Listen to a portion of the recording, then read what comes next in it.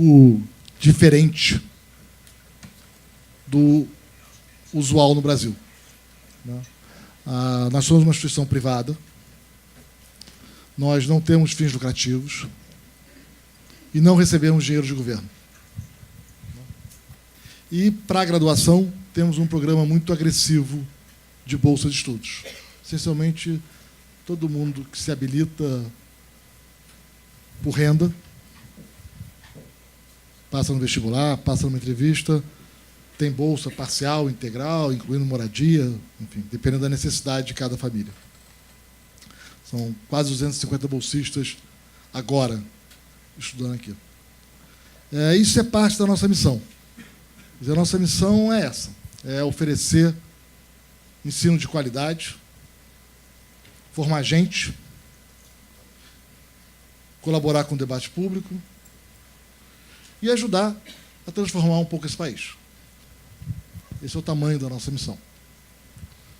Eu acho que todos nós comprometidos com essa escola não estamos aqui de passagem. Não é porque é um emprego bacana, porque é legal, porque tem muita coisa para fazer na vida. A gente está aqui porque a gente acredita nesse sonho. Que, de fato, a gente possa fazer diferença na vida de vocês. E tem toda uma visão de mundo e uma disciplina na nossa execução, na missão. A gente começou na hora, a aula começa na hora, termina na hora. Na graduação é horário integral para o aluno ficar aqui o dia inteiro mesmo. A gente valoriza o empreendedorismo. E a gente valoriza, e aí, sobretudo para a garotada, não é o caso de vocês, não é para a garotada aí de 17 anos, a formação de valores. Da ética, a capacidade de trabalhar em equipe, pensamento crítico, capacidade de aprender por conta própria, saber lidar com a divergência. Uma série de valores que, para nós, são fundamentais na formação das pessoas. E a gente é muito chato na sala de aula. Perguntem aos professores. A gente assiste aula, a gente avalia, a aula tem que ter procedimento, tem que ter plano de aula. Ainda estamos longe de onde a gente queria estar, né, aqui. Mas vamos chegar lá. A gente quer, de fato, fazer a diferença na vida de vocês. Eu sei que, para muitos de vocês, um curso como esse é um imenso desafio. Trabalham, saem à noite. Mas deixa eu dizer para vocês, acho que vocês são diferentes. Isso fala bem de vocês. Tem muita pesquisa que mostra isso. As pessoas que têm esse grau de dedicação, que querem crescer na vida, que vão para o sacrifício, que enfrentam uma opção dura e difícil. Trabalhou 8, 9, 10 horas no dia, sai, vai para a escola. Ainda mais uma como a gente, que cobra, que tem aula, que tem trabalho, muito. Isso mostra que vocês têm o que os educadores chamavam, agora não chamam menos, de habilidades não cognitivas. Isso faz diferença na vida. Pessoas que fazem opção como a de vocês têm mais sucesso depois. Então, parabéns a vocês pela escolha. Vou começar aqui uma jornada na escola. E eu espero que seja meio para sempre. Que essa escola fique meio a casa de vocês. E isso também nós queremos. Virar parte da comunidade. Vocês vão ver que a escola tem uma quantidade inacreditável de eventos. Aqui não dá para a maioria vocês participarem, ou é de dia, ou coincide com a aula, ou também não quer vir à escola no dia que não tem aula. Mas a oportunidade existe. A gente tem conversado, inclusive, de tornar elas mais próximas de vocês com o tempo aqui no turno da noite. Tornar a experiência de estar aqui a mais produtiva e bacana para a carreira de vocês. Esse é o nosso objetivo. O Gui é o coordenador da pós-Lato Sensu, que vai falar na sequência. A gente procura estar muito próximo de vocês, acompanhar muito de perto o trabalho. Sempre acontece outra coisa. Fiquem à vontade para interagir com a gente. A escola enfim, vai ser parte da rotina de vocês durante um bom tempo. Bom, acho que hoje não vou parar por aqui, né? Estou aqui hoje só para recebê-los. É um prazer ter vocês na casa. Espero que aproveitem. Agradecer a Alessandro, que aceitou aqui a tarefa de dar a aula magna para vocês. Tá? Sejam bem-vindos ao INSPER. Gui, pega aí. Obrigado.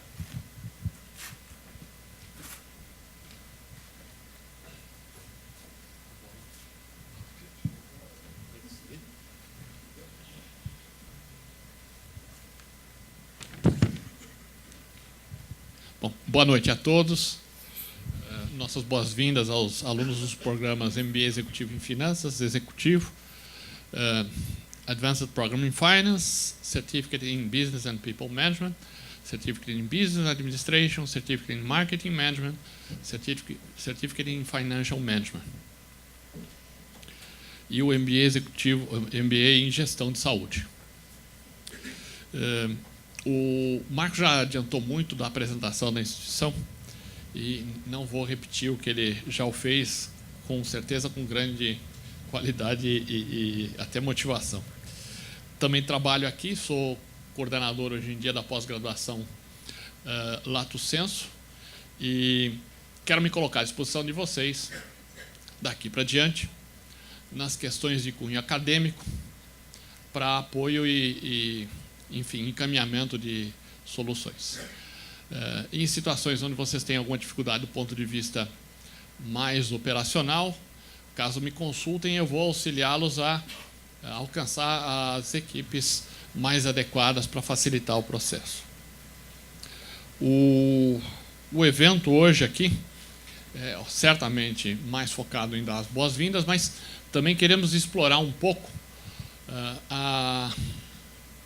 o reforço àquilo que nós procuramos sempre endossar.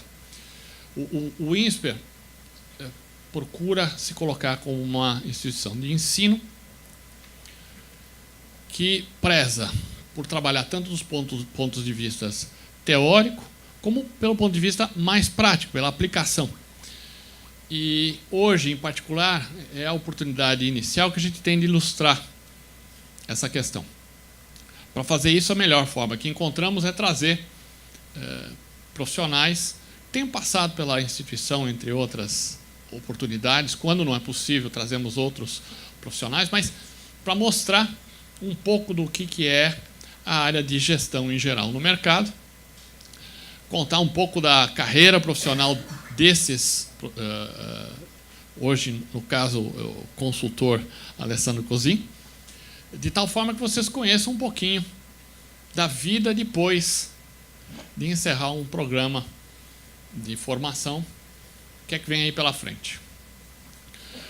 Hoje, também veremos um pequeno vídeo, por volta de uns 2, 3 minutos, que vai apresentar realmente, rapidamente, vários aspectos que podem auxiliá-los em serviços na instituição. Esse vídeo é muito curto, ele não explica os detalhes, é só para avisá-los que existem as coisas. Vale a pena olhar, porque ele encerra assim que vocês abrirem o olho. Tá? Então, logo depois disso, nós teremos a palestra com o Alessandro Cosin. E aí eu peço a vocês um cuidado. Nós teremos uma apresentação inicial, ele vai falar durante o início, vai fazer a apresentação basicamente direto, sem interrupções, e ao final abriremos um espaço para perguntas e respostas. Durante as perguntas e respostas, o nosso pedido é que vocês levantem a mão, se quiserem direcionar alguma resposta ao Alessandro, para que a gente coloque um microfone na mão de vocês e vocês possam fazer uma pergunta em que todos possam ouvir. Tá bom? Por hora, vem o vídeo e depois a gente chama o Alessandro.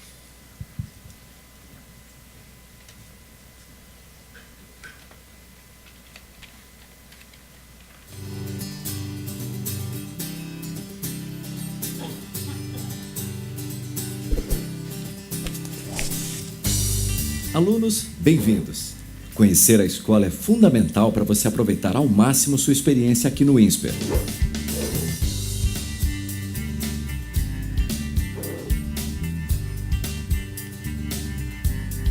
No térreo, próximo à entrada, fica o atendimento ao aluno. Nesse piso, também está a Biblioteca Teles, espaço tranquilo para estudar, pesquisar e realizar trabalhos em grupo. Logo adiante, fica a sala de reprografia para impressão e cópias. Para um lanche nos intervalos, use os cafés do segundo andar ou do subsolo.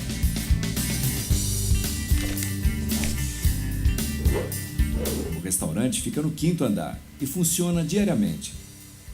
Conhecer o ambiente online é tão importante quanto o físico. Utilize a senha que você recebeu após a matrícula para logar no portal do aluno. Lá você encontrará o webmail, aluno online, Blackboard, calendário acadêmico, painel de oportunidades, além de links para os centros de pesquisa e núcleos. Acesse a página de seu programa e leia o manual. Você encontrará as respostas para dúvidas sobre frequência, provas substitutivas, média global, trancamento de matrícula, entre outros. No portal do aluno, também é possível visualizar o regulamento geral dos cursos de pós-graduação Lato Sensu do INSPER. O Blackboard é um ambiente virtual de aprendizagem. Nele você terá acesso aos materiais de apoio como planos de aula, apresentações, links para os cases e artigos indicados pelo professor. O Blackboard também possui uma versão mobile, que avisa você os principais acontecimentos relacionados ao seu curso. Já o aluno online é a ferramenta para você acompanhar sua vida acadêmica e financeira dentro da escola. No INSPER, seguir o código de ética é fundamental para estreitar seu relacionamento com a escola. Por isso, fique atento, leia a cartilha de plágio e responda ao quiz dentro do prazo. Se tiver dúvidas ou dificuldades de acesso, procure nossa equipe de TI no Helpdesk do segundo andar.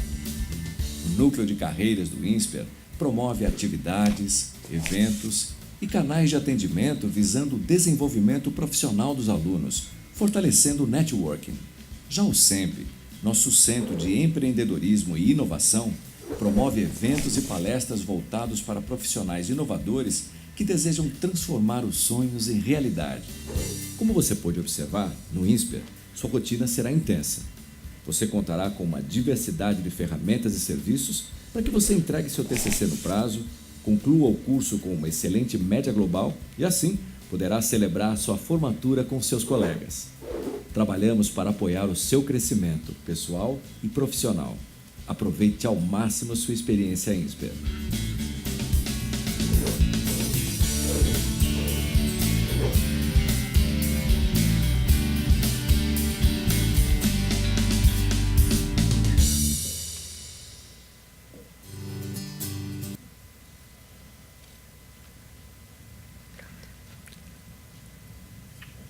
Apresentando o Alessandro Cozin. Ele é sócio fundador da Cozin Consulting. Se tornou uma das consultorias de negócio e tecnologia mais relevantes no cenário nacional, com mais de 200 profissionais. Recentemente, a Cozin Consulting integrou-se ao Dentsu Eggs Network, terceiro maior grupo de comunicação e mídia do mundo. Atuando há mais de 20 anos na área de consultoria em empresas como Accenture e Capgemini, tem conhecimento em diversas indústrias com projetos no Brasil e no exterior. É especialista na concepção e condução de projetos complexos em termos de componentes, estrutura e objetivos financeiros, englobando estratégia, gestão, modelos de processos e arquitetura de tecnologia. O Alessandro é formado em administração na FEI com MBA executivo em gestão empresarial pelo INSPER e é mentor da Endeavor e conselheiro formado pelo IBGC. É um prazer receber agora Alessandro Cozin conosco aqui para a palestra. Obrigado, Alessandro.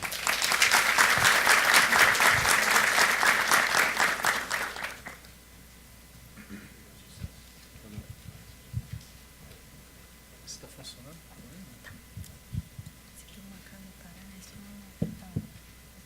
Tá bom. Legal. Vocês conseguem me ouvir? Bom, pessoal, antes de mais nada, queria dizer que eu me enfiei numa roubada. Quando eu fui convidado por WhatsApp para esse evento, pelo Silvio Laban, ele me falou: Alessandro, você tem disponibilidade para daqui uns 20 dias dar uma aula magna? Como eu não sabia exatamente o que era isso, eu falei que sim, né? E aí foi chegando perto, não sei o que lá, eu falei, bom, será que eu levo uma apresentação da empresa? Apresentação de uns 15 minutos para umas 20 pessoas.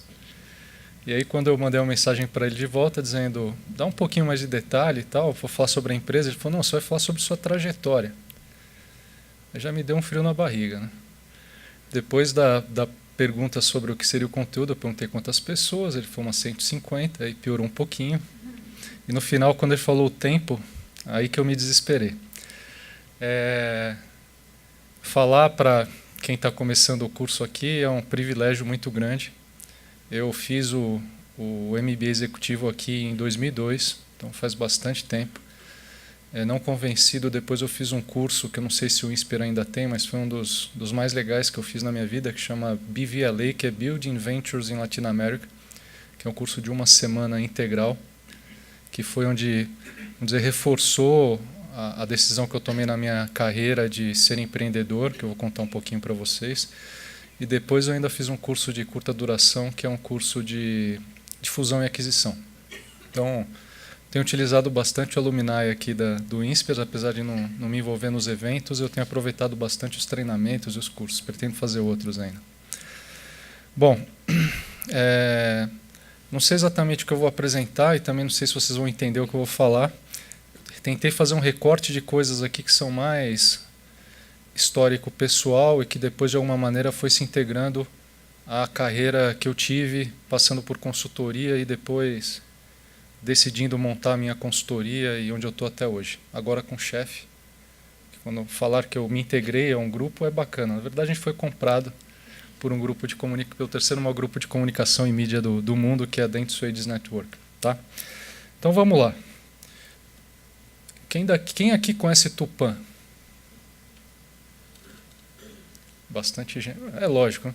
Quem não conhece Tupã, Tupã tem alguns subdistritos importantes, tipo Marília, Presidente Prudente. Então, é uma cidade bem bacana no noroeste de São Paulo. Nasci lá em 1972, vim para São Paulo em 76. Então, dependendo da situação, eu falo que eu sou caipira, dependendo da situação, eu falo que eu sou paulistano. Depende do interlocutor. Mas eu fui criado aqui em São Paulo, mas tenho bastante referência lá por conta de família e tudo mais. Vim para São Paulo em 76, a minha família é uma família super grande, são 7 irmãos, eu sou caçula, ou como a gente fala no interior, a raspa do tacho. Nasci 7 anos depois da mais próxima, então minha mãe já tinha 44, 45 anos, que há 45 anos atrás diria que ela era bem corajosa. E a minha família era uma família tipicamente do interior que veio para São Paulo por conta de necessidades. Meu pai teve comércio em Tupã, mas por conta da crise a cidade era muito alavancada em cima de café. Com a decadência dessa indústria, a gente teve que se mover para São Paulo, até por uma questão de trabalho. Algumas irmãs vieram primeiro, arrumaram emprego e depois o resto da família veio em seguida. Essa infância, vamos dizer, de restrições, que era uma coisa natural, já foi o primeiro, vamos dizer assim, passo para que eu começasse a ter um pouco mais de gana na vida, no sentido de começar a trabalhar cedo, ganhar dinheiro, ter minha liberdade e procurar coisas que alavancassem rápido do ponto de vista de sustentação. Então, isso fez com que eu começasse a trabalhar com 13 anos de idade. Então, passei por todo aquele histórico profissional que antigamente começava como office boy, depois era ajudante administrativo, auxiliar administrativo 1, 2, 3, assistente técnico, e carreguei minha carreira, obviamente, com o que dava na época. Comecei a fazer faculdade com 17 anos, fazia administração de empresas à noite. E aí, como eu era um pouco mais ligado em questões de tecnologia, eu fui aprendendo a trabalhar com sistemas. Então, aprendi a desenvolver. Era um garoto lá de 15, 16 anos, que já programava. Eu trabalhava numa empresa na época, ainda existe, obviamente, chamada Duratex. Com 15, 16 anos, eu já fazia todos os sistemas da área de RH e suprimentos da empresa. Quando eu entrei na faculdade, com 20 anos, surgiu uma oportunidade de trabalhar numa empresa que também não existe mais, que chamava Coritel. Coritel era uma empresa de um grupo chamado, na época, Andersen Consulting, que depois mudou para a Accenture. Então, eu, com 20 anos, fui trabalhar nessa empresa. Como tudo era muito precoce na minha vida, com 20 anos eu me casei porque a minha esposa estava grávida. Então, muita coisa acontecendo ao mesmo tempo. Eu fui para essa empresa em 92. Em 94 eu recebi uma proposta para migrar, vamos dizer, para uma outra empresa do grupo, que era a Andersen Consulting, que era uma empresa de consultoria.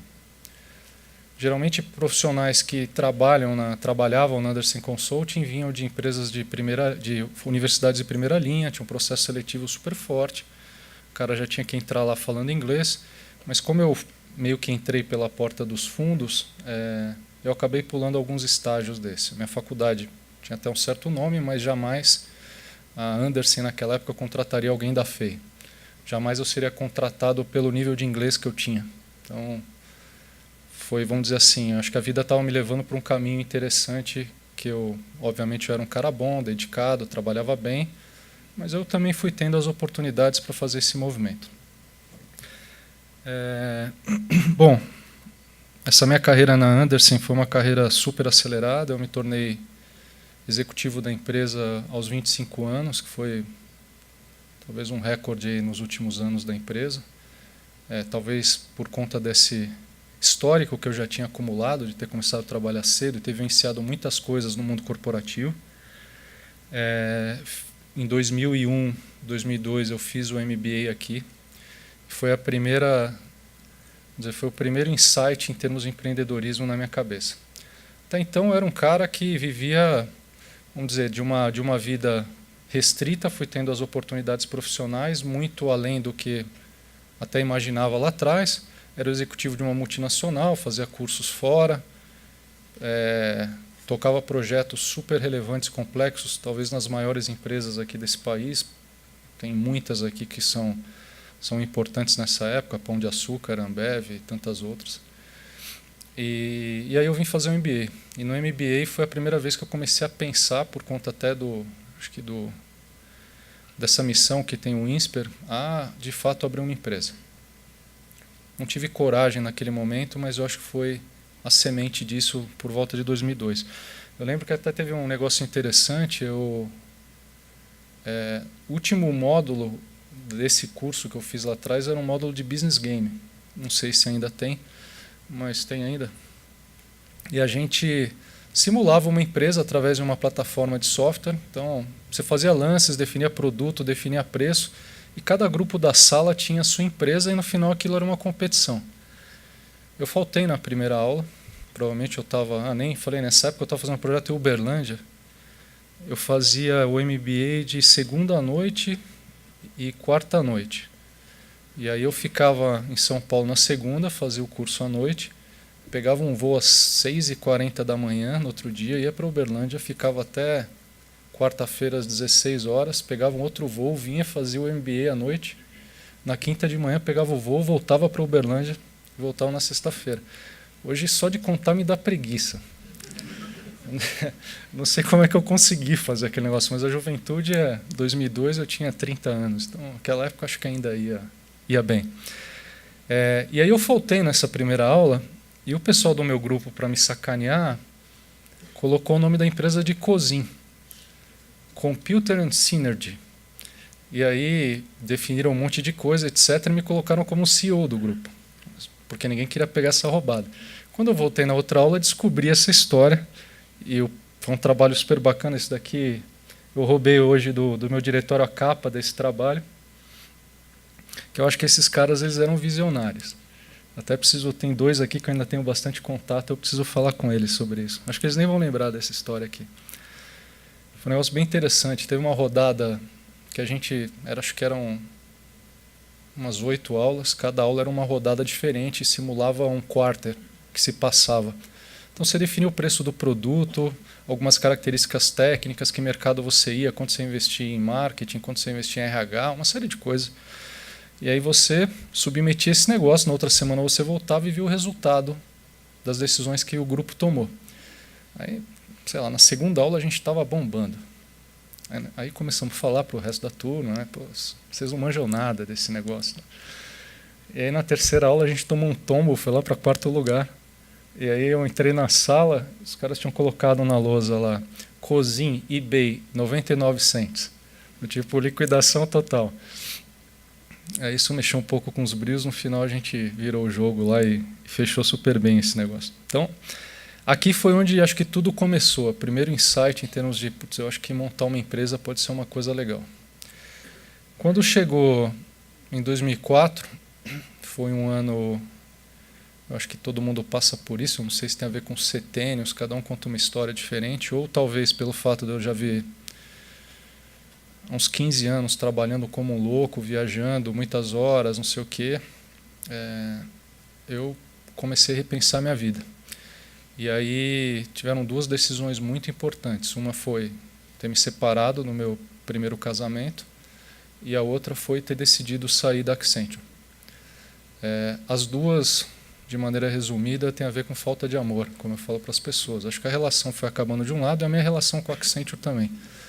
Eu era senior manager, eu tinha uma boa possibilidade de dar mais um passo, que era a sociedade na época, mas aquilo já não fazia mais sentido para mim. E aí eu tomei a decisão de sair. O primeiro movimento foi um movimento para uma outra empresa de consultoria, uma posição maior, com um salário maior, mas na minha cabeça era aquela coisa de vamos isolar as variáveis, né? As coisas não estão bem. Então pode ser a relação pessoal, pode ser o trabalho. Se eu mudasse radicalmente, saísse de consultoria e fosse fazer outra coisa, talvez não ia encontrar resposta nenhuma.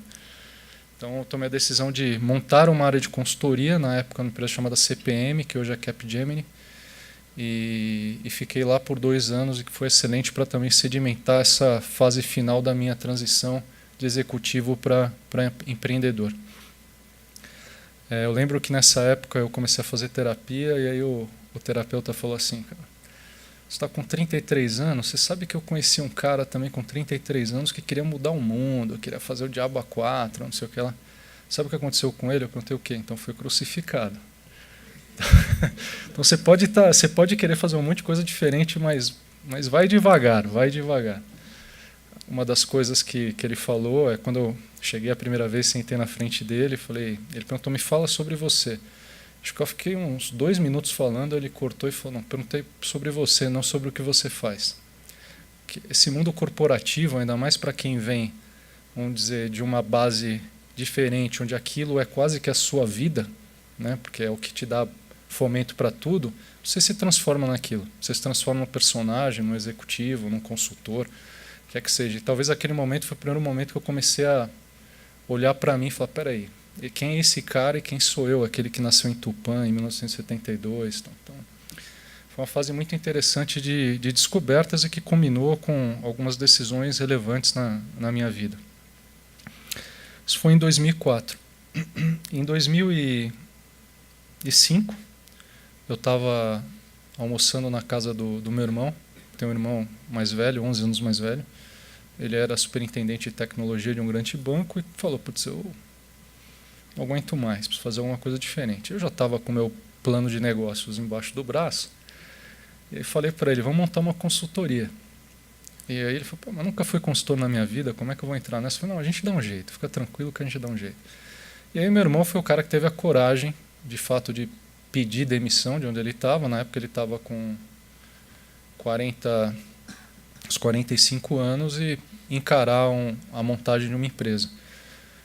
Eu ainda trabalhei uns 6, 7 meses atrás dessa história, no background, até a gente conseguir, de fato, lançar a consultoria, que se resume a ganhar o primeiro cliente. Né? Consultoria, você não tem investimento, não tem tanta coisa para fazer. Você precisa ter gente disponível para fazer projeto e depois, em cima de qualidade, metodologia e capacidade, fazer as coisas acontecerem. Por que o nome Cosim? A gente poderia ter chamado essa empresa de qualquer coisa. Não tem nenhum egocentrismo aqui. Na época a gente conversou. E aí, bom, as pessoas me conheciam pelo sobrenome, as pessoas conheciam ele pelo sobrenome. A gente falou, cara, a única coisa que tem de valioso aqui é o nosso sobrenome. Então vamos botar esse daí, pelo menos a gente vai vender uns 2, 3 projetinhos, depois, se for o caso, a gente muda e começa de novo. E deu certo. Né? Acho que a empresa foi crescendo e por isso que o sobrenome se manteve como nome da empresa. Bom, acho que tem uma coisa importante que aconteceu aí com o advento da empresa, que foi o o porquê montar essa empresa de consultoria, o que nos diferenciava no mercado quando a gente criou essa empresa. Era muita questão de ordem pessoal. Então, quando a gente começou a aterrissar a missão e valores dessa empresa, a gente só falava de um lugar bacana para se trabalhar, parecia que a gente estava se livrando de tudo aquilo do passado. Então, era um lugar bacana para se trabalhar, é uma empresa que não tem frescura, as portas estão sempre abertas, a relação com os clientes vai ser uma relação de transparência e flexibilidade. Então a gente começou a colocar valores que depois que eu li, eu falei, eu não estou criando uma empresa, na verdade eu estou criando um manifesto de libertação aqui. E a gente olhou para isso e falou, e é assim que a gente vai. Porque como é que eu vou me diferenciar de uma Accenture, como é que eu vou me diferenciar de uma McKinsey, como é que eu vou me diferenciar de uma dessas grandes? Tem que ter alguma coisa mais ligada ao humano. Não dá para ser o de sempre. Não vou conseguir ter metodologias melhores que esses caras. Não vou ter relações melhores que eles. Isso por um lado. Pelo outro lado, eu precisava trazer profissionais de ponta. E para trazer esses caras, eu tinha que pegá-los também pelo coração.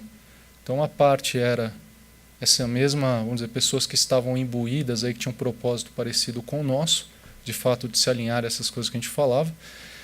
E, por outro lado, pessoas que tivessem a fim de empreender. Então, na Cosim também a gente criou modelos de remuneração que foram e são ainda super diferenciados no mercado, que fizeram a gente, fez a Cosim trazer profissionais de fato bem relevantes até hoje. Isso fez com que a gente ganhasse, por exemplo, em 2014, a gente ficasse entre as 150 melhores empresas para se trabalhar no Brasil, sendo uma consultoria, que é terrível. O consultor trabalha demais, você vai lá em qualidade de vida, está sempre abaixo da média e tal. Mas mesmo assim a gente conseguiu. Ano passado, não sei se vocês conhecem um site chamado Love Mondays. O ano passado no Love Mondays, que é... aí não tem nem como sacanear a pesquisa, porque as pessoas vão lá por conta própria. A gente ficou em 23º entre as PMEs brasileiras, até 500 funcionários, sendo de novo uma consultoria. Então essa essência que a gente colocou na empresa, que de fato era quase como que um manifesto em relação ao que a gente via de errado, pelo menos a gente achava que era errado na maioria das companhias, foi o que fez a empresa de alguma maneira ser o que é hoje. Bom, esse daqui é um artigo que saiu, acho que na Você S.A. de uns anos atrás, e uma das coisas principais que a gente destacava era o porquê da empresa, era a história de autonomia. Então, de querer ser dono do tempo, de poder ter flexibilidade, parar de fazer conference call às 7 da manhã do domingo, decidir a hora de viajar e a hora de ficar. Então, especificamente para mim, um dos principais motivos de ter montado a empresa é falar, putz, eu quero ser dono do meu nariz, mas o dono do meu nariz ele vai além de algumas coisas, que eu posso chegar, sendo dono, falar, eu não quero atender esse cliente, ou sendo dono, eu não concordo com esse tipo de projeto. Então, a autonomia foi uma das coisas importantes aí que a gente usou como referência na empresa. Tudo bem? Outra coisa importante na minha vida, Caminho de Santiago de Compostela. Alguém aqui já fez o Caminho de Santiago? É uma viagem, não é? Uma viagem. Esse negócio eu recomendo, se eu pudesse recomendar para todas as pessoas, eu recomendaria. Para quem é casado, façam sozinhos, porque é uma viagem solo. Não dá para ficar tomando conta de outra pessoa lá, é um negócio diferente. E eu coloquei essa foto porque talvez esse caminho que eu fiz foi o que me fez despertar para o próximo passo, que era como eu iria fazer para a Cosim continuar crescendo no momento de transformação de mercado que a gente vivia. E foi onde eu comecei a pensar sobre a possibilidade de uma fusão. Caminho de Santiago, ele ensina muitas coisas, acho que cada um aprende um pouco. Mas uma das coisas é você carregar uma mochila dessa mochila de 10 quilos, uma média de 25 a 30 quilômetros por dia, não é uma coisa para qualquer um. Ainda mais quando você anda 30 dias com ela nas costas. Então, um dos primeiros ensinamentos do Caminho de Santiago é você carrega muita coisa nas costas. Então, essa história do desapego, de você entender que você não é o todo-poderoso, e aí transpondo para o meu dia a dia, eu não sou responsável pela Cosim, o único responsável pela Cosim dar certo. Eu não sou o único responsável para fazer essa empresa ir para um novo patamar. Então, essa experiência, que para algumas pessoas é transformadora, para mim talvez não tenha sido, mas colocou algumas coisas fundamentais na minha cabeça. E aí eu tomei a decisão, na volta do Caminho de Santiago, de olhar para o mercado de uma maneira diferente, sabendo que eu não era sozinho, a gente não conseguiria talvez encarar o que vinha pela frente, o que vem pela frente, que é uma jornada de transformação digital que está acontecendo na maioria das empresas e que as consultorias estão sendo muito impactadas. Então esse foi um passo muito importante para a gente. Sobre a Cosim, porque depois eu vou falar um pouco sobre esse processo de integração. Esse é o histórico, né? A gente nasceu em 2005, chegamos a ter mais de 200 colaboradores, mais de 2.000 projetos em 2014. Em 2015, né, a gente foi eleito uma das melhores empresas para se trabalhar no Brasil, a primeira consultoria. A Aon ficou em primeiro no nosso grupo, mas a Aon não é consultoria. Fizeram só para sacanear.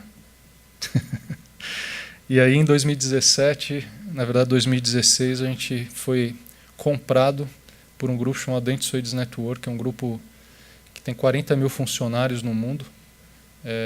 No Japão, eles são tipo uma rede Globo japonesa. Então, além de toda a questão de agência e comunicação, eles têm TV, desenvolvimento de produtos, é uma empresa muito grande. Há 4 anos atrás, eles compraram a IDES, que é um grupo europeu de agência de comunicação, que num negócio pequeno de 5 bilhões de libras.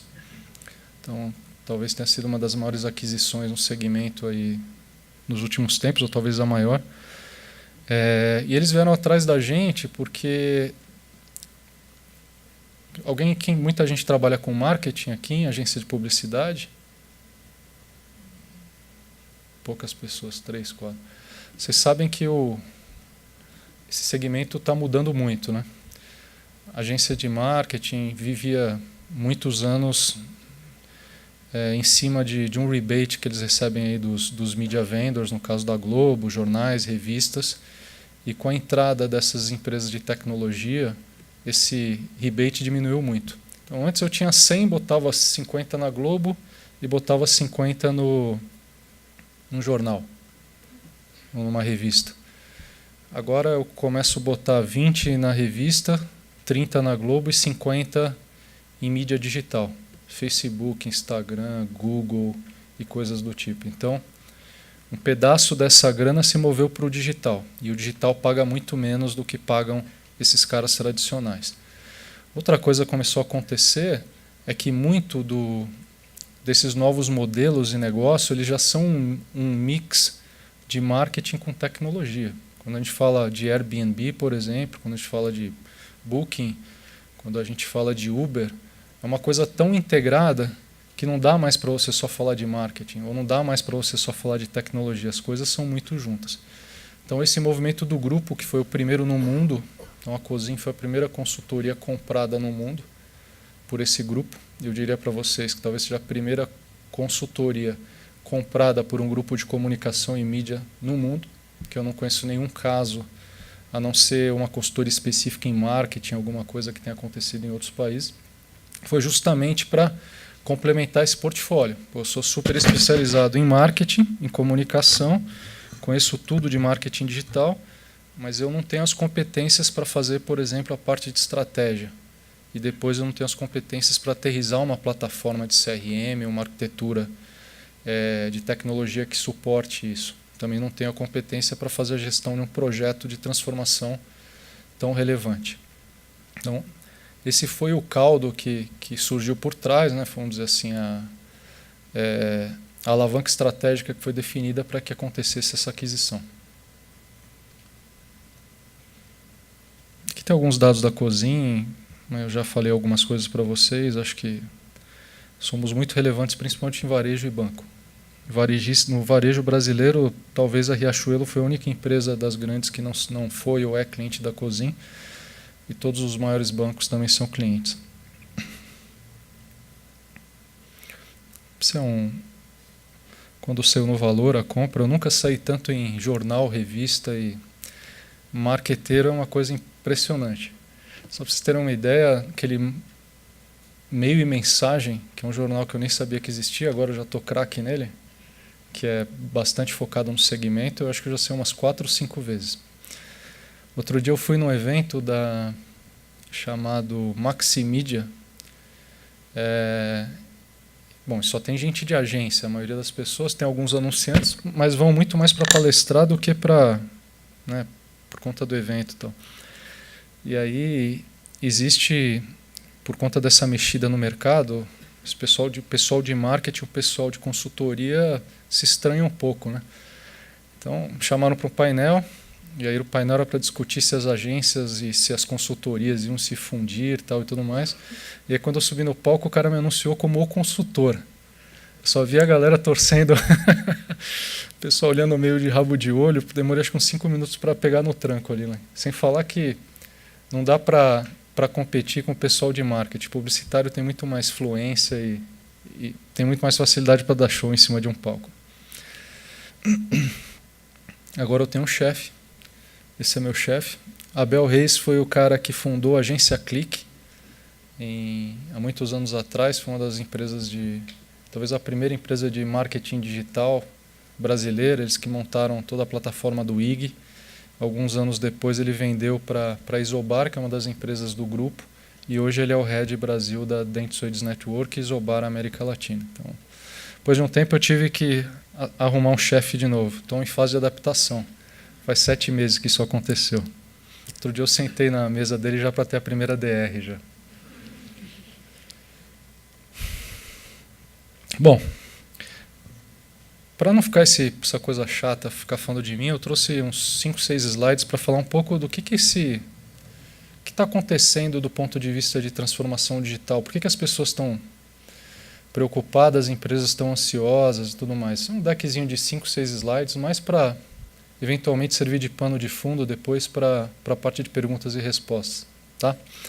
Sobre a questão da fusão e aquisição da empresa, termos, como é que foi o processo, eu não trouxe nada.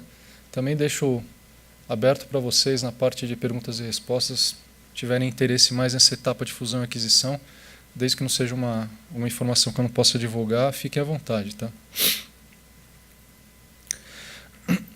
Bom, a economia global ela já perdeu muito a força nos últimos anos, né? Então, muitas empresas que, de alguma maneira, surfavam a onda do crescimento, quando a gente olha o PIB de alguns dessas regiões, a gente vê que o negócio está bem diferente, né? Não tem nem a América Latina aqui, mas imagino que a América Latina deve estar, se não me engano, na ordem de 2 a 3% também de crescimento. O país aí, ou a região mais pujante é a China, e a gente sabe que a China tem uma questão em relação à economia privada um pouco diferente do que a gente conhece. Então, muito desse crescimento tem a ver com investimento público, né? Com isso, só tem um caminho aí para ser perseguido em relação a crescimento, que é pegar essa onda da transformação digital. Existem estimativas que a gente está falando de um mercado de 100 trilhões de dólares relacionados a isso até 2025, ou seja, desde o que a gente vê mais no nosso dia a dia, até tecnologia aplicada a governo, questões relacionadas à realidade aumentada, realidade virtual, a forma que as pessoas interagem com educação, com saúde, tudo isso de alguma maneira vai ser impactado pela questão da transformação digital. Tem gente que fica um pouco assustado com isso, né? Como que era o nome daquela máquina que tinha no Exterminador? Alguém lembra? Skynet. Então tem gente que acha que a Skynet está aí. Quando a gente fala de bots, né, que é essa questão de interagir com a máquina através da fala, de conversas, quando a gente hoje em dia só se fala em algoritmos, só se fala em análise de dados, as máquinas, de certa forma, ganhando inteligência para fazer análises preditivas. Então, tem gente que está falando que muita inteligência vai ficar perigoso. Agora, por exemplo, Elon Musk, que é um cara que fala sobre isso, é um que se apropria demais da história, né? O cara está fazendo foguete, está fazendo carro elétrico, tudo isso tem a ver com revolução digital. Umas informações interessantes, vamos ver, em 2025 a gente volta a conversar para ter certeza sobre isso, mas 90% do last mile, ou seja, aquela entrega que o correio geralmente faz na sua casa, vai ser feito por drone. O que isso vai impactar em termos de distribuição? Se você tem uma empresa, por exemplo, de transporte, o que vai acontecer com o correio, que eu acabei de falar? Então, existem movimentos que estão acontecendo que podem, de fato, revolucionar uma indústria, assim como o Airbnb revolucionou, assim como o Uber revolucionou. 25% de todos os carros serão 100% elétricos em 2025. Se eu fosse uma autopeça, uma empresa de autopeças, provavelmente eu já estaria fazendo alguma coisa a respeito. O que isso gera em termos de plataforma de abastecimento de veículos? O que isso vai gerar em termos de economia quando a gente fala de petróleo, quando a gente fala de gás, posto de gasolina? Então, tem muito segmento que precisa ficar de olho nesses movimentos. Carros que se dirigem, vamos dizer, tem um processo de... provavelmente você vai programar para onde você quer ir, ele vai se virar e vai te levar até lá. Que provavelmente não vai ser um carro seu, porque essa questão da uberização das coisas também está se tornando muito comum. Hoje ninguém mais vai adquirir. Daqui a um tempo talvez a maioria das pessoas não queiram adquirir, elas queiram apenas utilizar. Isso serve para carro, isso vai servir para casa, isso vai servir para bicicleta, isso vai servir para roupa. Já existe, outro dia eu vi aqui na Vila Madalena o Netflix das roupas. Você paga, se eu não me engano, R$120 por mês, você pode ir lá, tem alguns cabides, principalmente de roupas para mulheres. Você fala, hoje eu vou levar esse vestido. Aí você leva, volta no final de semana, deixa aquele e pega um outro.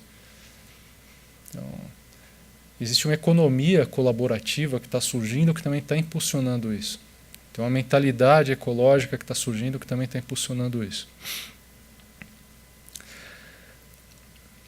Esse negócio é super interessante. Existe um termo que definiram, chama Gafanomics. Gafanomics é o que está sendo causado na economia por essas 4 empresas: Google, Apple, Facebook e Amazon. Então, por isso que veio o nome GAFA, né? G de Google, Apple, F de Facebook e A de Amazon. Esses caras, eles já estão, de certa forma, impactando o mercado de diversas maneiras. Então, eu trouxe alguns gráficos que eu achei interessantes. Esse primeiro aqui diz que a utilização de mobile ela é quase na relação 1:1 em quantidade de adultos. Então, se vocês olharem... Deixa eu achar o pointer, acho que é esse aqui. Se vocês olharem esse gráfico aqui, eu tenho aqui a quantidade de adultos e aqui eu tenho a visão de mobile users que cresceu absurdamente nos últimos anos. Vamos dizer, quase que 50% desse volume aqui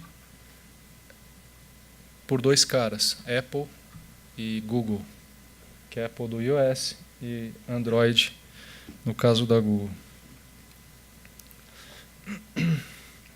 Outra informação interessante, esse daqui é o faturamento anual dessa linha laranja dos 4 GAFA, do que o pessoal denomina de sistema Wintel, que é Windows e as plataformas de tecnologia relacionadas ao Windows, desktop e tudo mais. Você vê que esses caras continuam crescendo, ok, mas olha essa curva quase que exponencial que aparece aqui. Quando você olha o crescimento do Intel, especificamente, né, que começou lá em 90, tem um crescimento super interessante, de 14 vezes aqui ao longo dos anos, né, de 90 até o ano 2000, em 10 anos. Só que aí, quando você coloca essa mesma barrinha cinza em relação ao GAFA, olha o que aconteceu nos últimos 10 anos do GAFA. Olha a diferença dessas barras aqui. O que isso gera na economia é um negócio absurdo. O poder econômico que essas 4 empresas têm, eles podem, de fato, se uma delas decidir fazer algum movimento estratégico para cima de alguma indústria, eles podem revolucionar aquela indústria. Exemplo, a Amazon, do ponto de vista de conteúdo, hoje, se eu somo Amazon e Netflix, coloco essas 2 barras uma em cima da outra, eu já estou praticamente quase do tamanho de uma NBC e já passo a CBS. Então, o que acontece se a Amazon decide comprar a Rede Globo? Ela pode. Ela tem cash para isso. Ela não tomou essa decisão porque não é estratégico para eles por algum motivo hoje. Mas amanhã pode ser. Isso daqui é o que esses caras tinham. Peguei um dado de 2014. Imagino que deva ter mudado bastante, mas olha só que interessante. Isso é o que os caras tinham de cash, dinheiro na conta, para poder fazer algum movimento estratégico, adquirir alguém. A Apple, o Google, ele tinha dinheiro suficiente para comprar as 23 maiores fintechs relacionadas a meios de pagamento.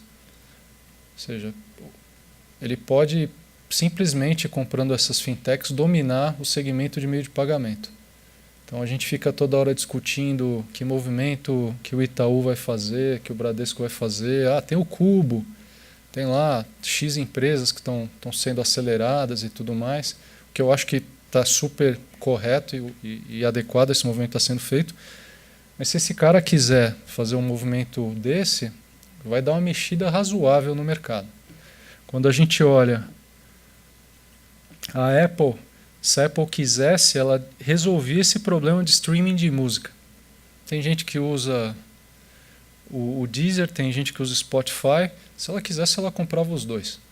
E acabava com essa brincadeira de que Apple Music é só um pedacinho do mercado. A Amazon, se ela quisesse, ela poderia comprar 20 satélites de telecomunicação e criar sua própria rede de telecomunicação. E tantos meios de comunicação que surfam nessa onda da Amazon poderiam de alguma maneira sofrer algum impacto. Então assim, o assunto GAFA é um assunto que muita gente não está atento, mas que de uma forma ou de outra ele consegue desestruturar um segmento todo. E pior, né? A velocidade que essas coisas estão acontecendo. O Google levou 8 anos para alcançar o valuation de $1 bilhão. O Snapchat, 18 meses. Então, em 18 meses, uma empresa nasceu e se tornou uma empresa de $1 bilhão de valor de mercado. Então, quando a gente fala de transformação digital, quando a gente fala de inovação, a gente está falando de uma coisa que é numa esfera diferente do que a gente viveu até hoje. Esses caras, eles vão fazer movimentos ao longo desses próximos anos que podem, de fato, desorganizar algumas indústrias. Então, o porquê, vamos dizer, de uma consultoria entrar nessa história de transformação digital? Porque aí é onde vai estar o trabalho. Seja você trabalhando para esses caras, ou seja você trabalhando para os segmentos que de alguma maneira podem ou não ser ameaçados por essas indústrias. Seja você uma empresa que queira disputar e se defender de um startup que está nascendo, ou seja você é um startup que está crescendo muito rápido. Tudo isso que a gente está falando até agora, a gente está falando de transformação digital, a gente está falando de aplicação de tecnologia de maneira disruptiva. E isso é o que acontece no mercado de comunicação, e por isso que o grupo Dentsuedes Networks comprou a Cosim. Hoje, se você pegar as 10 maiores agências de publicidade citadas nos Estados Unidos, provavelmente 8 não são agências de publicidade. São empresas de tecnologia, algumas que nasceram ligadas ao segmento de publicidade, outras que foram empresas que estão comprando agências de marketing digital, IBM, Price, Accenture.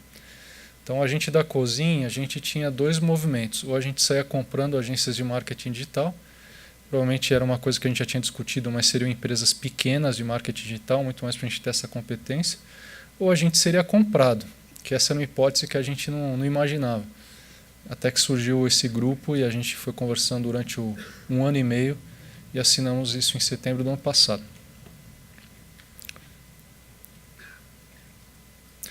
É isso. Pessoal, eu trouxe aqui o que eu achava que dava para contar e para encher bastante linguiça, tá? Agora cabe a vocês, alunos, ajudarem um ex-aluno a segurar a onda aí por mais um tempinho. Vamos lá. Pessoal, se vocês quiserem fazer perguntas, por favor, ergam a mão para que a gente possa colocar o telefone.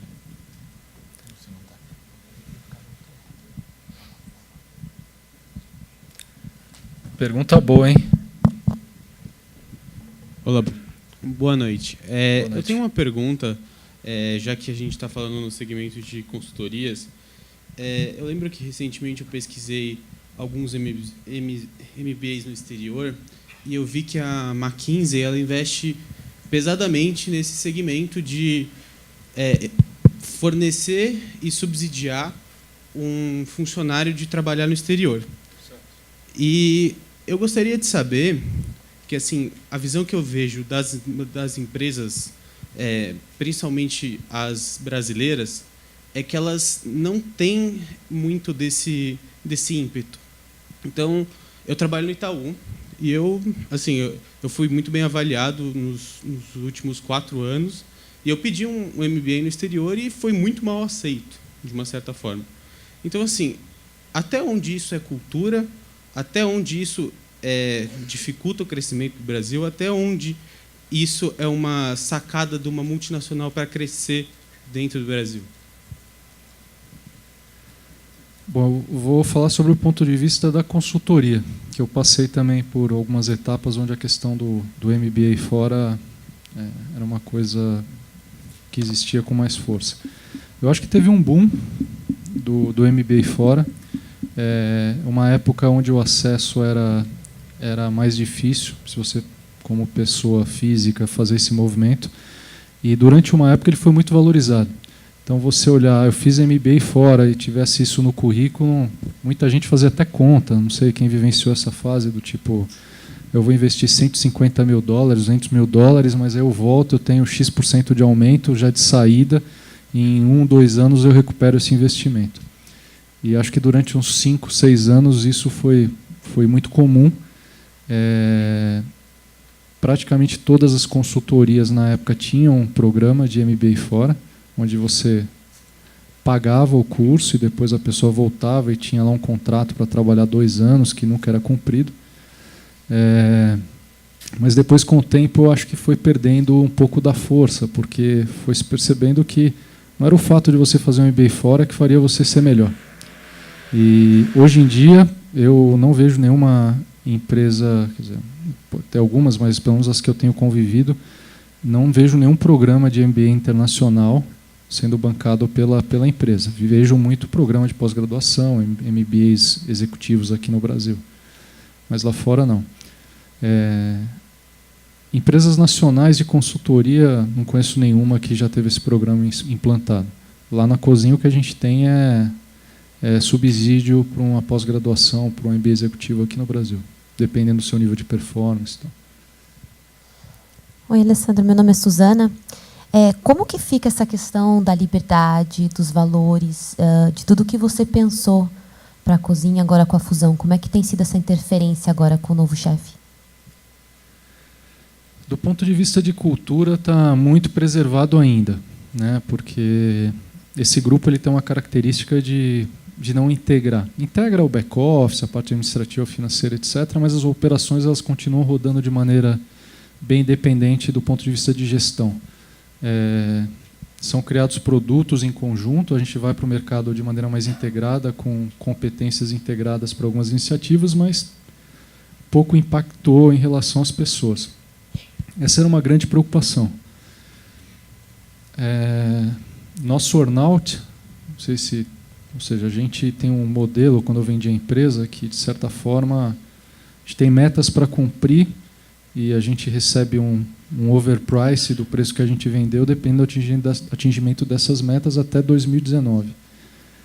Então, na teoria, se, por exemplo, os sócios fundadores saíssem da empresa no final de 2019, 2020, isso pode se perder. Teoricamente, a liderança pode ser outra. A gente sabe, principalmente aqui no Brasil, que troca de presidente a cada 2 anos. Tem empresas aí que não dá nem para falar que cultura que é, né? Porque a cultura se perdeu depois da saída dos fundadores. Uma coisa que é importante nesse grupo é que a maioria dos empreendedores que venderam as empresas, grande parte continuaram depois do earnout. Então, de maneira muito simples, eu acho que se os fundadores ou parte dos fundadores se mantiverem na Cozinha depois de 2019, provavelmente a gente vai conseguir manter esses valores. Depois, se não ficarem, é pouco provável. Isso foi uma coisa que eu tive que pensar muito no momento da venda, porque é a decisão entre aquilo que você criou e que você sempre imaginou perpetuar e uma decisão de business, que também, de certa forma, tem a ver com perpetuidade, porque pode ser que as consultorias daqui a 4 anos sejam completamente diferentes e eu teria que fazer algum movimento nessa linha. Mas é uma questão importante. Alessandro, boa noite. Aqui. Meu nome é Gabriel. Eu achei legal o slide que você mostrou para a gente do potencial de aquisição dos GAFA em relação às outras empresas, né? Eu logo pensei no modelo de negócio que a empresa que eu atuava está adotando, que é um conceito de Media for Equity. Eu queria saber se existe uma tendência nisso no mercado, agora que você está num grande grupo de mídia também, né, de acontecer, e se você vê isso acontecendo em empresas que não estão só no meio digital, porque isso acontece muito para startups, fintechs, enfim. E aí eu queria saber se você vê isso acontecendo em empresas que não estão só nesse meio. Explica melhor o produto, só para eu conseguir entender. Basicamente, ele acontece da seguinte forma. A empresa que eu trabalhava é a Múltiplos, né? E, por exemplo, ela atua agora com startups, em que ela busca startups de grande potencial e ela vai incentivar, através de sua base, a venda dessas empresas, provando que, através dela, elas conseguiram crescimento, a Múltiplos ter parte dela, do capital dela. Conceito de aceleração. Tá. Exatamente.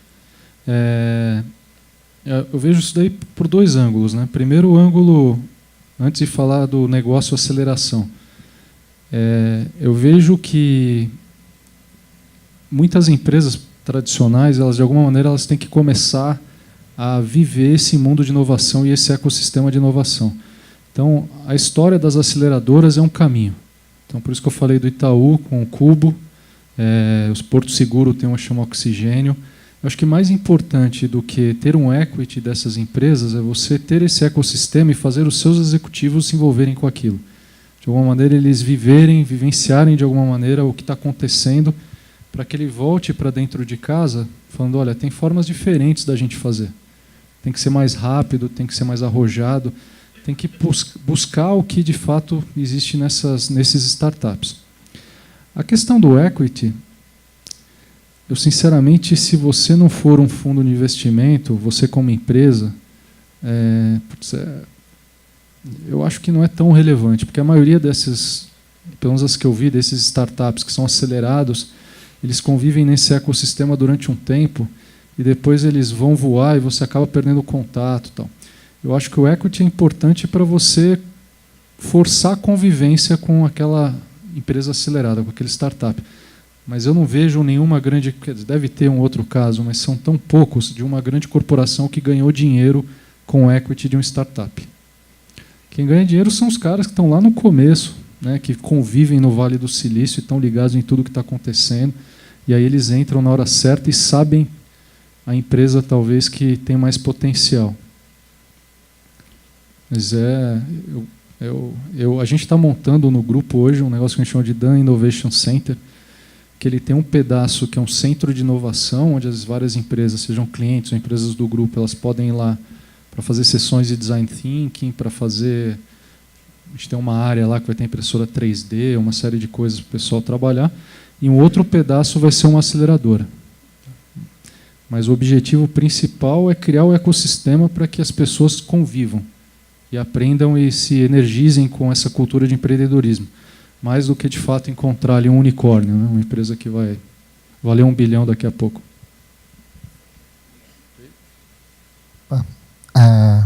Meu nome é Alex. Pela apresentação que você fez, você já passou tanto por empresas de consultoria, agora você está tendo essa experiência de ter sido adquirido por uma empresa de mídia, enfim, que está fazendo esse movimento dentro de transformação digital. E a gente viu também nas apresentações exemplos de 2 coisas acontecendo, né? O seu caso, particularmente, de uma empresa de mídia que comprou uma empresa de tecnologia para ter esse braço, né? E também casos como você falou da Accenture, que tem comprado aí uma série de empresas de marketing para poder também entrar dentro de transformação digital. Então fica muito claro que consultorias, empresas de tecnologia, a própria Capgemini, enfim, algumas que estão aí nesse cenário, e empresas de mídia podem estar entrando, podem estar competindo aí dentro desse cenário. pergunta era saber, assim, você vê que nesses movimentos, todos esses movimentos que estão acontecendo, eles vão concorrer entre si? Ou, por exemplo, quando uma empresa de mídia compra uma consultoria e uma consultoria compra uma empresa de marketing, elas estão desempenhando papéis diferentes, não vão acabar se chocando ou concorrendo entre si? Como que você vê um pouco esse movimento e a atratividade disso para esses dois lados tão diferentes, né? Eu acho que a gente vai concorrer numa área comum, mas não em todas as áreas. O que eu quero dizer com isso? A Accenture não vai virar uma agência. Então, não vai ter como um produto principal ficar vendendo trabalhos publicitários. Ela vai vender o trabalho publicitário porque ela quer pegar o que vem a reboque em termos de tecnologia, de volume de trabalho associado com isso. Um grupo de comunicação, ele não tem um viés específico de implantar ERP, mas ele vai trabalhar na campanha, na criatividade, e depois ele quer pegar toda essa questão, por exemplo, que tem a ver com a implantação de uma plataforma de CRM, por exemplo. Então, eu acho que os extremos vão continuar existindo e essas áreas não têm conflito. Agora, esse miolo é onde todo mundo quer entrar. E a gente está falando de coisas que existem há muitos anos, mas talvez agora a tecnologia tenha permitido e tenha alavancado. Por exemplo, o CRM. Sei lá, quem é mais antigo aqui sabe que CRM é uma coisa que se fala desde, sei lá, 96, 97, 98. Começou uma onda de projetos enormes, todo mundo acreditava, mas no final era um cadastro de cliente e uma captação de pedido, lá, sei lá o que é. Hoje não, hoje com tecnologia, você, na verdade, você consegue tocar o seu potencial cliente através de tecnologia. Você sabe se ele clicou, se ele não clicou, se ele se interessou, se ele foi para a página. Você começa a ter essa possibilidade de criar plataformas de CRM muito mais completas e tirar valor dela. Então, a grana que você bota, que deve ser menos que se colocava no passado, porque tem plataformas mais maduras, você consegue tirar mais valor do que se tirava no passado. E aí está a área onde todo mundo está interessado nesses dois segmentos. Né? Por favor, indo mais para o começo da palestra, quando você Tupã. falou da sua trajetória, né? Para Tupã. Quando você falou da sua trajetória, né? De um lado a gente tem a questão do empenho, né? Da resiliência, né? Das tomadas de decisões na nossa carreira. E depois você falou um pouco da agressividade que o mercado está tomando, né? E a gente ouve também falar de gerações, né? De choque de geração X, geração Y. As empresas estão tendo que se acomodar, a geração também está tendo que saber das dificuldades. Como que você vê isso se acomodando do ponto de vista das empresas e dos profissionais, da maneira de ser uma coisa saudável para ambos? Certo. Bom, a gente tem gente lá que é geração, o que é Z, depois da Y, acho que é, né? Tem profissionais lá que tem estagiário, por exemplo, que tem 20 anos. Essa geração é uma geração que está muito mais ligada em qualidade de vida do que já foi a minha. Então, a gente tem questões de... A Cozinha é uma empresa de consultoria que tipicamente se trabalha menos que as outras. Então, isso é um dos valores, a gente tenta manter isso vivo, mas ainda trabalha bastante, pelo fato de ser uma consultoria, principalmente naquela fase de entregar projeto e tudo mais. A gente já teve vários profissionais que saíram por questão de qualidade de vida. E aí, na minha cabeça, no início, eu falava, o cara vai trabalhar onde, então? Né? Porque se aqui já trabalha pouco, tal, mas, na real, não é uma questão de trabalhar muito, é uma questão de trabalhar ligado a um propósito. Então, essa garotada tem muito essa visão de, quero fazer uma coisa que tem a ver com o propósito e tudo mais. Eu acho que a história é no meio. Né? Eu vi um vídeo outro dia que eu achei super interessante, que o cara falava justamente isso. As empresas, elas têm uma responsabilidade com esses jovens, porque eles são de uma geração que eles trazem esse lado bom da história do propósito, mas eles precisam de orientação ainda para conseguir se encaixar em termos de carreira e entender essa dinâmica de trabalho.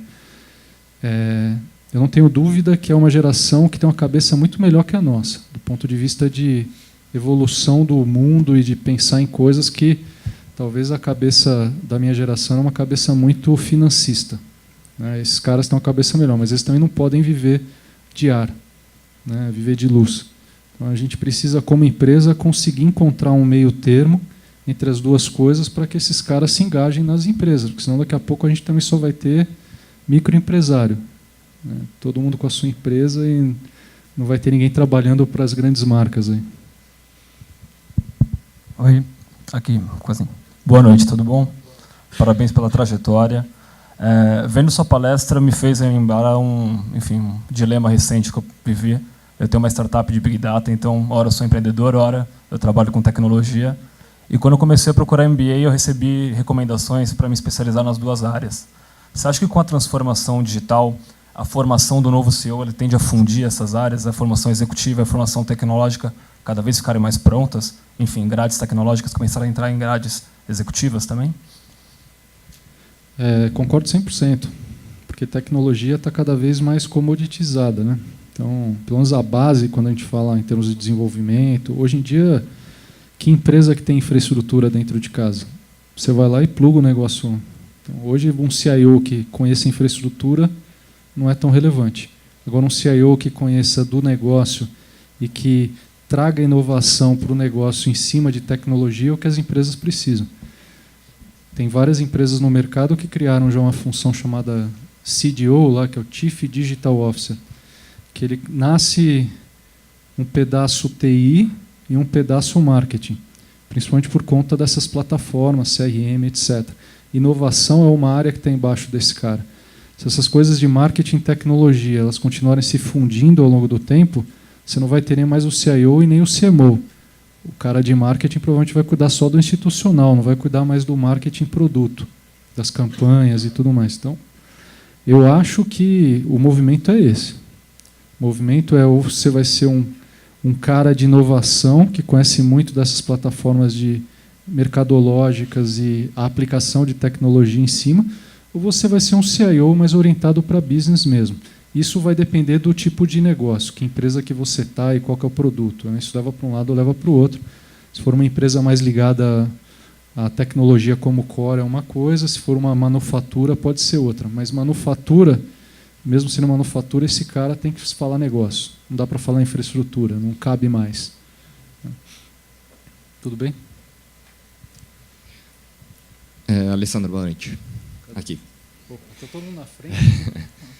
Eu queria ouvir um pouquinho mais de você, talvez, sobre a sua participação nos bancos, nos maiores bancos privados aí do Brasil, e em relação ao engajamento deles com a tecnologia e talvez a percepção deles com as fintechs, com a chegada delas, se eles estão assim, se eles encaram como um risco e como eles encaram, na verdade, de realmente trazer essas fintechs para dentro do corpo dos bancos e utilizar disso para entrar na tecnologia, né, nessa transformação digital. Queria ouvir um pouquinho mais dessa... que eu acho que é um mercado recente no Brasil, né? A gente vê que nos Estados Unidos ele está mais avançado, a gente já tem uma parcela atendendo já a população, mas aqui ainda no Brasil eu acho que é recente. Eu acho que no Brasil, antes de mais nada, tem uma questão regulatória que segura o empreendedorismo, segura esses startups, essas fintechs. Acho que algumas regras regulatórias, na hora que forem quebradas, de alguma maneira, acho que o mercado vai ficar muito parecido com o americano.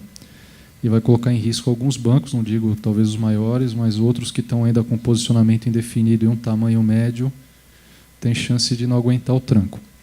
Sobre a questão das fintechs, uma vez eu ouvi um cara falando, achei muito legal isso.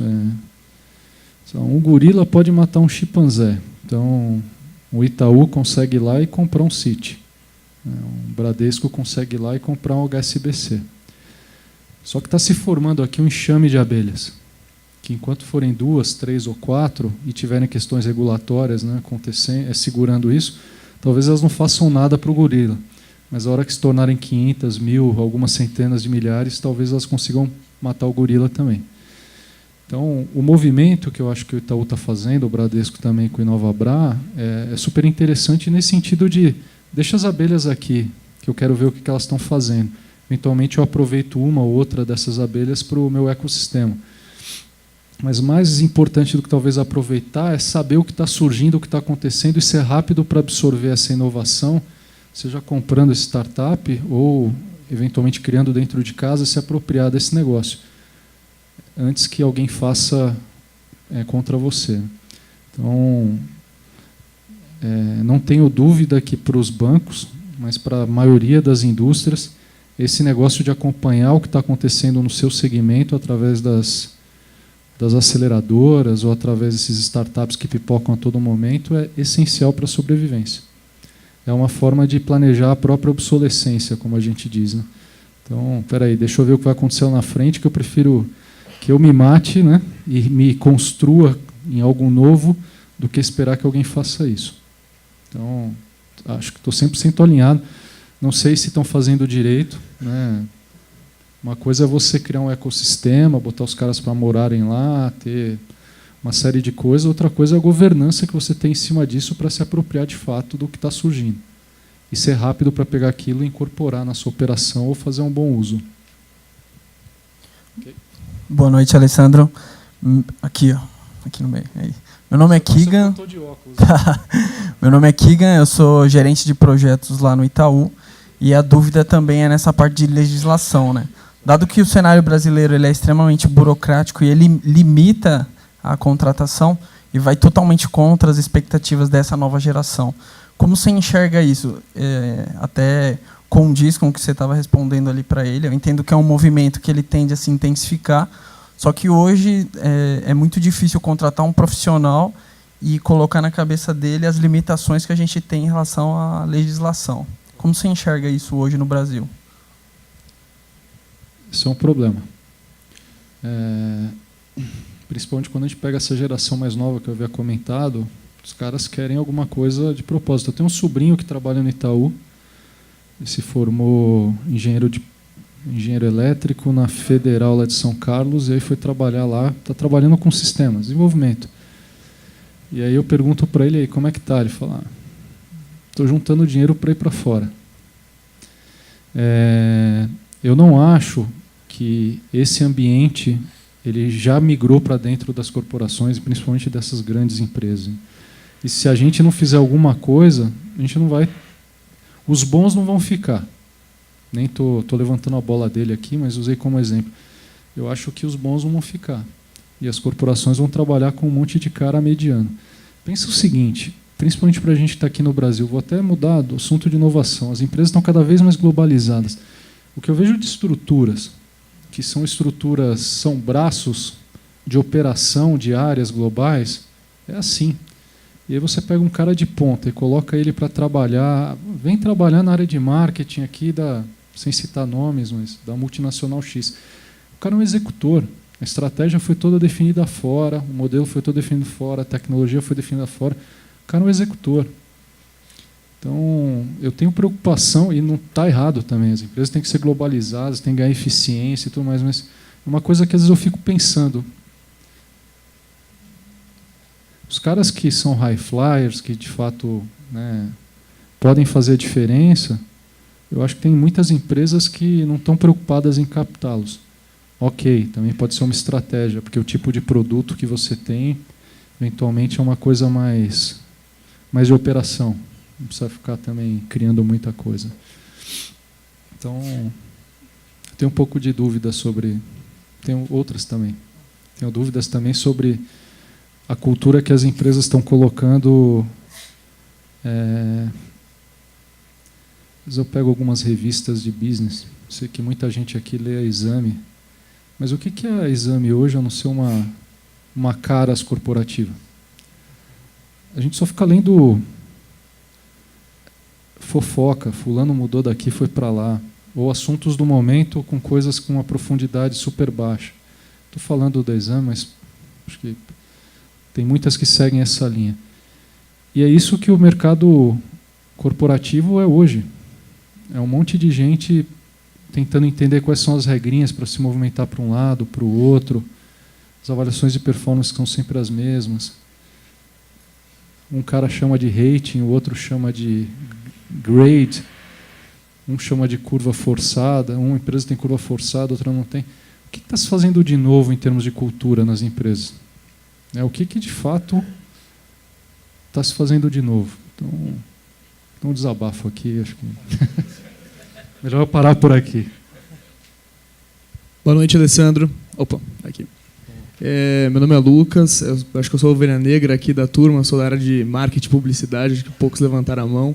E me chamou bastante atenção a parte que você falou das gafas, porque eu vejo muito uma tendência agora de descentralização dessas empresas, principalmente agora com a facilidade que a gente tem de programação, né? Então, primeiro, todo mundo tem que ser alfabetizado no português, aí agora o inglês está virando uma língua obrigatória e daqui a pouco todo mundo vai ter que saber programar um pouco também.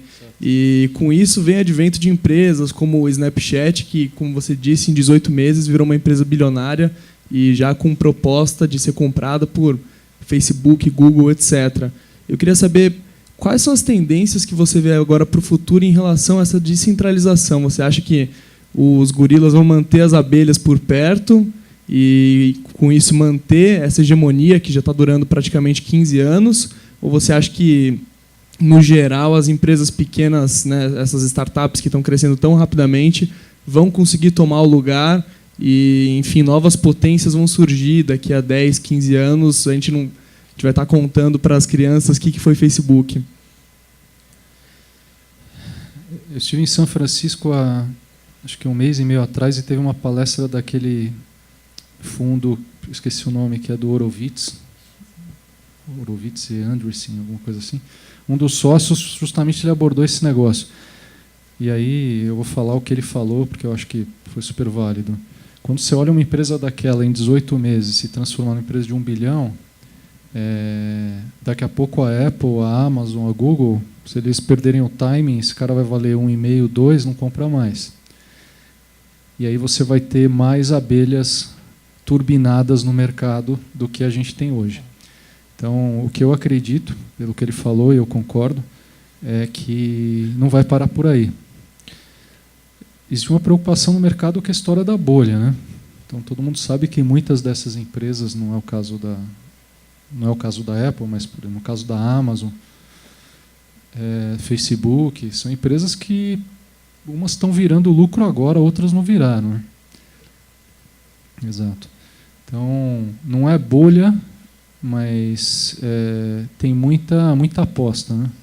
É um mercado que pessoas ganham muito, principalmente quando passam os rounds aí de investimento, e outras ficam sonhando com o que pode ser essa empresa.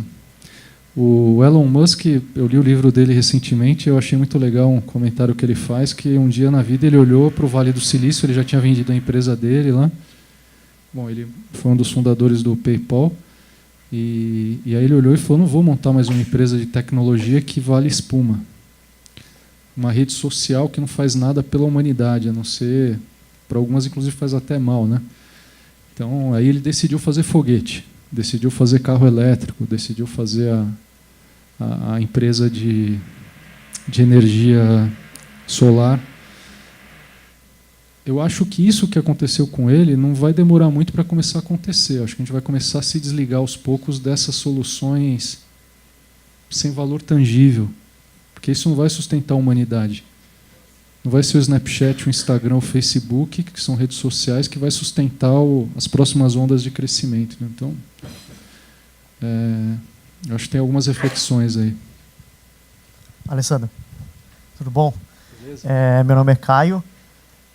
No final da sua apresentação, você disse que a consultoria chegou num dilema de você comprar uma empresa de marketing digital ou ser comprada por uma empresa maior.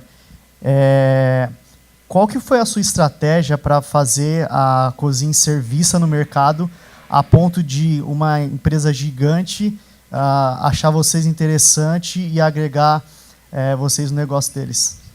Pelo Facebook. Brincadeira. Eu acho que a gente não fez nada. A gente já tinha sido sondado. Eu, na verdade, não imaginava, quando eu montei a Cozinha, que uma empresa de consultoria poderia ser vendida. Uma empresa de consultoria não tem uma marca, né? Agora comprei a Cozinha, a não ser que eu seja uma Accenture, uma empresa desse porte. Até ouvi falar que a Oracle andou passeando lá.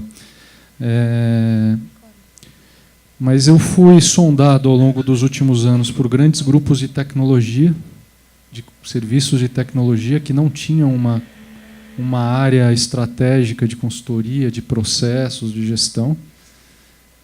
E aí a gente sempre disse não por uma questão de não achar legal, né? Tudo bem, pode entrar uma grana, mas vai ser uma coisa que a gente não está muito afim. E a chegada do grupo foi do nada.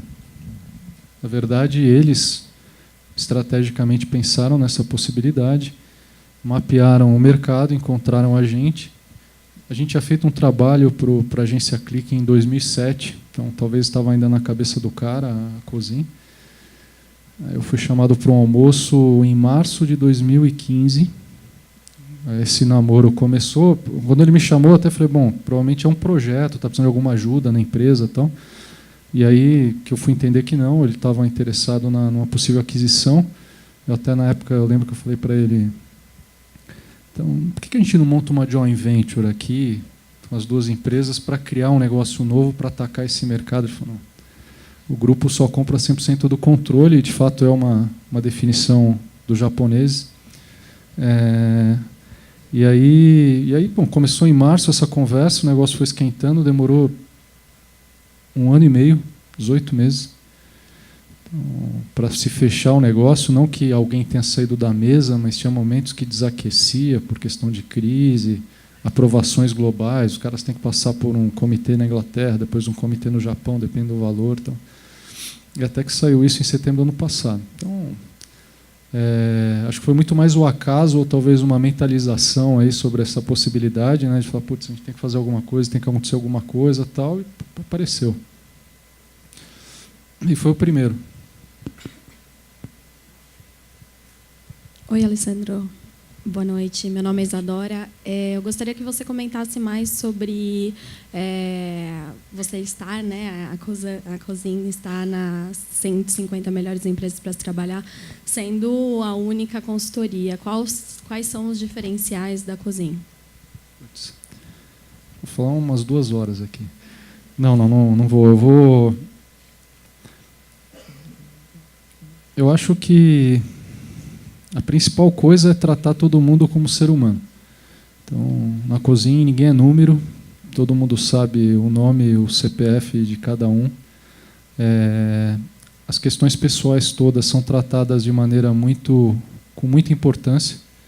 Então, desde o estagiário que tem uma questão pessoal e que precisa resolver, cara, resolve, está precisando de alguma coisa, tal.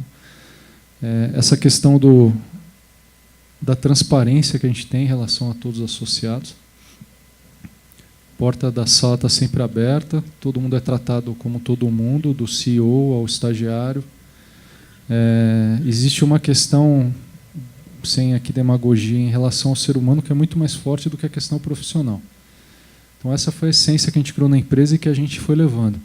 É claro que hoje é muito difícil, à medida que a empresa vai crescendo, você conseguir manter esse 1 por 1. Mas toda vez que a gente percebe que a gente está escorregando, a gente dá um passo atrás. Uma outra coisa que eu acho que eu comentei é o nosso modelo de remuneração é super diferente. Então, se um estagiário traz um cliente para a cozinha, a gente vende um projeto, o cara tem uma comissão daquele projeto. Se um consultor está num projeto, a gente vende uma fase nova, ele tem uma comissão daquele projeto. A gente tem um PLR que distribui 20% do lucro da empresa para todos os funcionários. A gente criou, agora não tem mais por conta da venda, mas a gente transformou a empresa numa SA de capital fechado para fazer um programa de venda de ações para um grupo que ia de diretores até consultores sêniores, que eles podiam todo ano comprar. Esse programa, sei lá, o cara que comprou R$10 mil de ações, em 2 anos ele já recebeu os 10 mil de dividendos, ficou com as ações, e quando a gente vendeu a empresa, ele multiplicou esses 10 mil em algumas vezes. Então, tem o lado humano e tem também esse lado financeiro, que tem a ver muito com essa capacidade de empreendedorismo que alguns profissionais lá têm. Um pouco de tudo. Aqui. Até que surgiu bastante aqui, então estou até satisfeito. Boa noite, meu nome é Eduardo. como é que você vê transformação digital nas indústrias tradicionais? Então, a gente vê muito transformação digital em questões disruptivas. Eu tenho que criar algo novo que vai mudar o jeito das pessoas viverem. Mas as indústrias tradicionais, como é que você vê esse lado para dentro? Que é a indústria tradicional tendo que lidar com isso, mas não é o fim dela, porque muitas não são B2C. Né? Como é que você vê a transformação digital do outro lado? Eu acho que tem muito de tecnologia aplicada, que são tecnologias que vêm talvez de um movimento de disrupção, mas que se transformam para você aplicar dentro da própria cadeia. Internet das coisas está aí bombando direto, né? Então, desde gadgets que você possa colocar lá em um determinado tanque de combustível para te avisar que baixou de determinado nível e você pode fazer a reposição automática. Você fala, pô, isso é transformador. Não sei, se seu concorrente já nasce dessa maneira, isso pode, de certa forma, colocar em risco o seu negócio. Existem, acho que principalmente na indústria de produtos de consumo, né, a tecnologia ela permite a redução de canais de maneira muito rápida. Então, você dependia de distribuidor, você começa a não depender mais. É claro, você tem que tratar toda a estratégia de canais e o que isso pode causar, mas você começa a empoderar o consumidor a ele se relacionar diretamente com você, a pedir diretamente para você. Então, eu acho que mexe um pouco. Quando a gente vai para varejo, tem diversos cases, né? Mas eu sempre cito um nacional aqui, que é o Home Refill. Os caras, o que tem de diferente nesse negócio? Não tem grande coisa, mas ele tem um modelo de negócio, que a tecnologia só nasceu por cima disso, que é o que pode fazer a diferença, que é o cara se relacionar com os fornecedores de uma maneira mais organizada. Isso permite com que ele trabalhe num custo mais barato. Eu fiz uma experiência outro dia que a gente pegou uma cesta de itens do Home Refill, comparou com 2 ou 3 hipers, a cesta era 15% abaixo. Tudo bem, os caras não têm todos os itens, porque eles não trabalham com hortifruti, não trabalham com refrigerado e tal. Mas para o básico, os caras encontraram uma forma. É claro que você também tem que se adaptar, porque você vai receber esse produto, acho que, se não me engano, quinzenal e tudo mais. O que tem de diferente aí? Ele usou a tecnologia para conseguir fazer um modelo que no varejo e no atacado se discute há muito tempo, entendeu? Que é ter um pouco mais de previsibilidade na reposição. E ele falou, consumidor, se você garantir a previsibilidade, naturalmente eu vou conseguir te passar desconto maior que esse negócio de 15%. Então, eu acho que a grande questão é, principalmente, empresas que já nascem em cima dessas arquiteturas de negócio e tecnologia diferentes. Essas, sim, podem colocar em risco o seu negócio. Inovações que não sejam muito grandes e que acontecem, são quase como um processo de melhoria contínua que acontece nas grandes empresas, só aumento de eficiência. Isso todo mundo tem que fazer, igual a unha, né, que você tem que cortar a todo momento. Isso toda hora tem que fazer, mas não é isso que vai fazer o diferencial. É, de fato, olhar essas tecnologias de maneira bem diferente.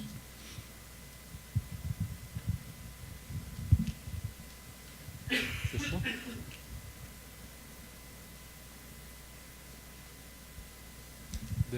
Depois do seu toque, todo mundo... Isso é maldade.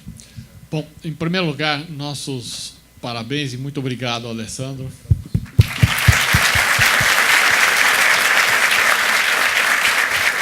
É um prazer tê-lo aqui. Esperamos lhe ver outras vezes. O prazer é meu. Boa noite. Boa noite. Estamos por aqui. Bom, pessoal, boas-vindas novamente. Espero que vocês tenham sucesso no programa que vem aí à frente. Nos encontramos ao longo do programa.